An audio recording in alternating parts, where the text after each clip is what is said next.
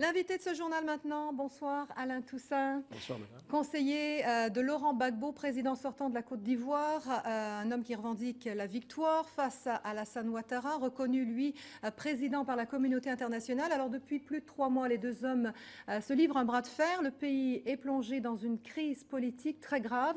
Et ce jeudi, l'Union africaine va tenir une nouvelle réunion qu'on dit cruciale sur cette crise. Alassane Ouattara y sera. Laurent Gbagbo n'y sera pas. Pourquoi ? Le président Gbagbo a délégué 2 émissaires à Addis Abeba. Il a eu déjà l'occasion de rencontrer les membres du panel, les 5 chefs d'État, notamment 4 qui sont venus à Abidjan, et le comité des experts de l'UA.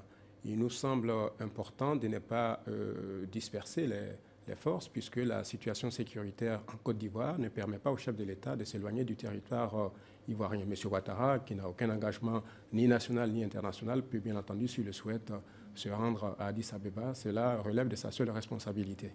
Pour Laurent Gbagbo, est-ce qu'il y a encore une solution politique à cette crise? Naturellement, nous privilégions la voie du dialogue. La solution à cette crise post-électorale est politique.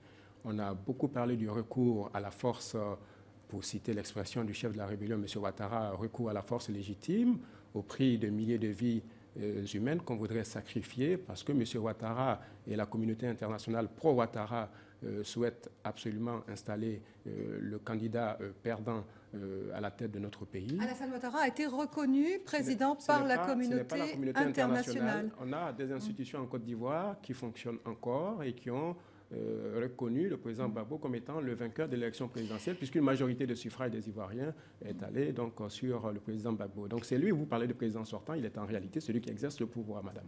L'ONUCI et la force française de la licorne ont été interdites de vol en Côte d'Ivoire. On l'apprend à l'instant. Pourquoi cette décision, Alain Toussaint? C'est une décision de bon sens, puisque les forces onusiennes, ONUCI et la force française, la licorne, ne sont plus des forces impartiales.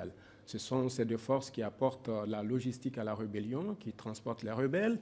Il faut savoir que dans la nuit de dimanche à lundi, les forces pro-Ouattara ont massacré une vingtaine de villageois dans la banlieue d'Abidjan, et quelques heures avant, l'ONUCI avait déporté sur le théâtre des opérations plusieurs rebelles qui sont allés dans la nuit s'attaquer aux populations. Donc le gouvernement estime que ces forces sont plutôt des forces d'insécurité et qu'elles n'ont plus le droit de survoler ni d'atterrir sur le territoire ivoirien. Et que dire de l'armée ivoirienne, Alain Toussaint? 7 morts jeudi dernier, 7 femmes ont été tuées à la mitraillette, les chars de l'armée ivoirienne étaient présents, 4 morts encore hier à l'issue de marches pacifiques. Vous justifiez ces violences? On ne peut pas justifier la violence d'où qu'elle vienne. Il faut simplement dire que la violence en Côte d'Ivoire relève de la responsabilité de M. Ouattara, qui depuis 20 ans est devenu l'opérateur principal de toutes les actions de déstabilisation de notre pays.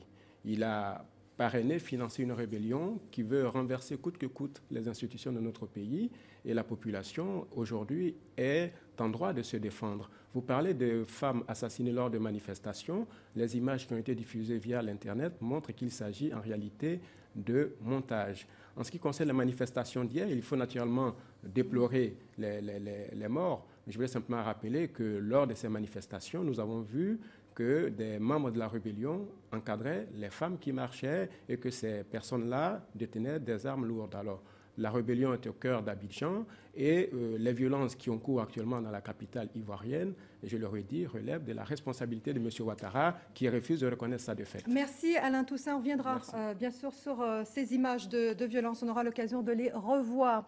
Retour au vent de contestation maintenant qui souffle sur le continent. On se rend en Mauritanie cette fois puisqu'à Nouakchott, hier, des dizaines de jeunes opposés au